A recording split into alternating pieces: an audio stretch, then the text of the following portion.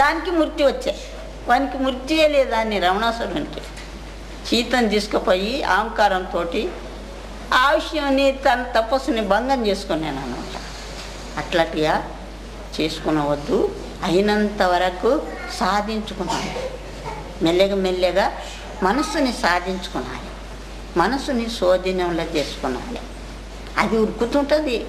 దాన్ని కృష్ణుడు చెప్పినట్ల కృష్ణుడు అర్జునునికి ఏం చెప్తాడు? అవును అర్జున, అది అసాధ్యమే మనసుని నిలకడ చేసేది. కానీ నీవు సంస్కారం అన్నీ వేసుకో. సంస్కారం వేసుకుంటే నిన్ను లాక్కుంటుంది. ముందు జన్మ కన్నా అది లాక్కుంటుంది. ఆ సంస్కారం అనేది లాక్కుంటుంది. నన్ను పొందకుంటే కూడా ముందు జన్మ కన్నా పొందుతావు, ఈ జన్మలో పొందకుంటే అంటారు. సంస్కారం వేసుకున్నాం అంటారు. ఈ యుద్ధంలో నీవు సచ్చిన మేలే బతికిన మే నీవు రాజ్యసుఖంను భోగించుతావు అంటాడు. ఆ విధంగా నాయన మనం ఈ ప్రపంచంలో వచ్చినందుకు చచ్చిన పర్వాలే. ఈ తనువు మనం కాదు, ఇంద్రియాలు మనం కాదు, మనసు మనం కాదు, పోతే పోనీ ఉంటే ఉండాలి అని భావించుకొని లాక్కున్నాను. జ్యోతిలోనికి లాక్కున్నాను. మనస్సుని, చిత్తముని, ఇంద్రియాలని అన్నిటిని అందులో లయింపజేయాలి. దానికే అది తపస్సు అంటారు. ఆ తపస్సును పొందేది చాలా ఎవరో ఒక్కరు పొందారని కాదు, పొందుతారు. వాళ్ళు కేవలంగా పిచ్చోళ్ళ మాదిరిగానే ఉంటారు. శాణాలు అనిపిస్తుంటే ఈ మాయ అంతా వదులుకున్నది, ఎంబడి చుట్టేస్తుంది.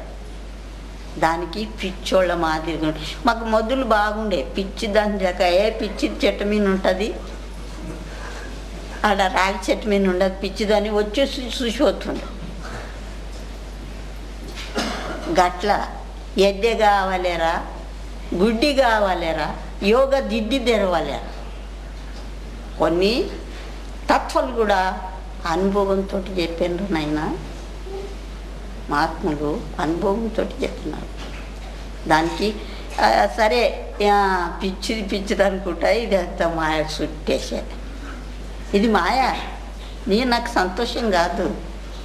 ఏదో భక్తులకు ఇది సంతోషం, కానీ మాకేం సంతోషం కాదు. అయితే దీన్ని ఇప్పుడు ఇది పెరిగిపోయింది అనుకో ఆశ్రమము. దీన్ని సంభాళించుకొని పోండి, మళ్ళీ ఏమి లేదు. ధర్మంని అంటే కులం అంటే చూడైనా ధర్మ మార్గంగా సత్య మార్గంగా నడిచిందే శ్రేష్టత్వం కులం. అసత్య, అధర్మము, అబద్ధము, మోసము ఇట్లాంటి మోసకృత్యాలు చేసేదే కులం తప్పింది. దానికి సత్యధర్మంగా నడవాలి. గురువు భక్తి చేస్తున్నారు. ఇది ఏమి లేదు. అందరు పుట్టేది తల్లిదండ్రులకే. తల్లిదండ్రులు లేనిది ఎవరు పుట్టారు?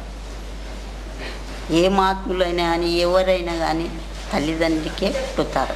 సకల మత స్థాపితం అంటే అట్లాంటి ధర్మంని తెలుసుకొని మన దాంట్లో వచ్చిన వాళ్ళకు సకల మత స్థాపితం అంటే కూడుకొని నడవాలి. వాళ్ళకి జ్ఞానం ఇవ్వాలి.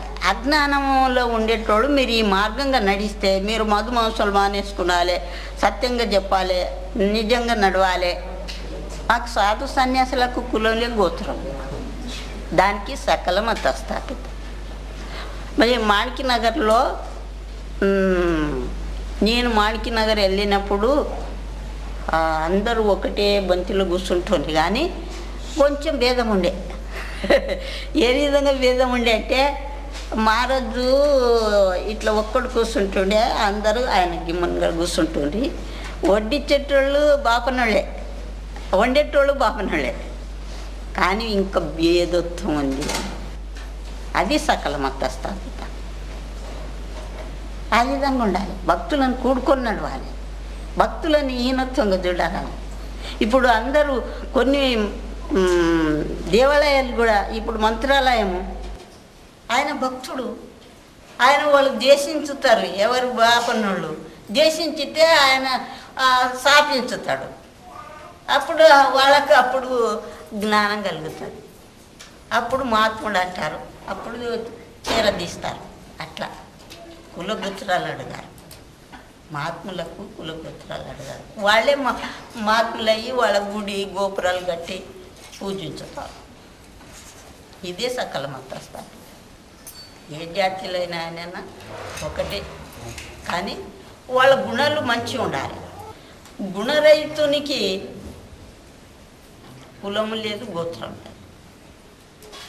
వాల్మీకి మహర్షి రామనామం జపం చేసి ఆయన మహాత్ముడైపోయి, ఇప్పుడు రాదన్నమాట, అది ఎప్పుడు సమయంలో వస్తుంది అనమాట. ఓం శివరాం అనేది ప్రపంచంకి మేలు కలిగేది నాయన, మీ జన్మకి కూడా సఫల్యం కలిగేది, లక్ష్మి తోడ్పడుతుంది, మళ్ళీ మీ జన్మ సార్థకమవుతుంది. ఓం ఓం శివరాం. ఓంకారంతో పరమాత్మని వాళ్ళగా లయించిపోతుంది. రామ్ అంటే పైకి వెళ్తుంది, రామ్ తోటి పైకి వెళ్తుంది, అమ్మ తోటి కిందికి వస్తుంది. రామ తారకము బాటన్నా మరి యములు దరికి ఇక రాడన్నా. రామ్